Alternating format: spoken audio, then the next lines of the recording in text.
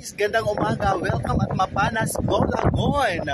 Ayan po tayo, ayan ang Mapanas Blue Lagoon dito sa Barangay Magtaon, Mapanas, Northern Samar, sa District 2 ng aming probinsya sa Northern Samar. Nandito po tayo ngayon sa mga oras na ito dito sa napakagandang lugar na sadyang dinarayo na po ngayon ng mga turista dito sa amin. Ayan, nandito po tayo sa footbridge na ginawa ng mga local government dito sa amin sa probinsya na sadyang inimprovise at pinaganda lalo ng mga namumuno dito sa amin ang tulay na ito para marating natin mismo ang lagoon na yan. Yan po yung lagoon na yun, yung rock formation na yan, dyan nakalukit po ang Blue Lagoon. So tayo na ipupunta doon at tayo maglakad papunta doon. So yan. Wow! Para lang ako nasa ibang bansa. Tabi-tabi po. Ayan. Ang aming ipinagmamalaki ngayon na tourist spots dito sa amin sa probinsya sa Northern Samar, ang Mapanas Blue Lagoon or Apinusilan Blue Lagoon. So yun. Thank you so much, Father God, sa panahong ito nga nandito kami ngayon ng aking pinsan na si Dindo Ponce na kami po'y namamasyal sa mga oras na ito. Ayun. Ayan, shout out dyan sa aking friend na si Jimmy Jola. Ito na po siya ngayon. Ang Blue Lagoon noon na ating nakita, ibang-iba na siya ngayon. Napakaganda. Ayan guys, ang aking kapaligiran, ang aking lugar.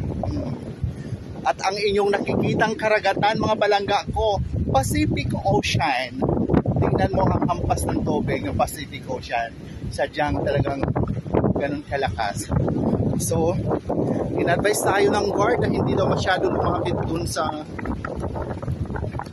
lagoon gawa ng high tide. Malakas ang impact ng tubig. So yun guys, thank you. Ayun. Shout out dyan sa lahat ng aking mga palangga, ang aking mga supporters, followers, friends and family. Ayan. Tayo na'y mamasyal dito sa Mapanas Blue Lagoon. Ayan guys, tulay oh. Ang aking nilalakaran ay isang footbridge na talagang sadyang ginawa ng mga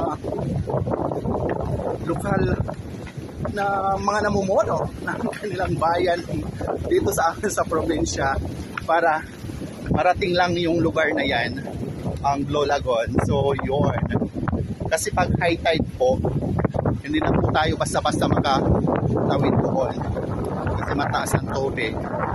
So ngayon ginawa nila kahit high tide, mararating pa rin po ng mga gustong makarating sa lagoon na yan. Ayan. At tayo hinihinga sa sobrang saya. At napakatarik ni Haring Araw. Ayun. At ang area naman doon, mamaya dadaan tayo sa overlooking ni Cory Aquino, or President Cory Aquino. So, ayan po. Thank you so much guys. Ayan. Ayan. Ayun. Maraming salamat po sa inyong lahat. Love you all guys. God bless us all po. Bye. Ayan.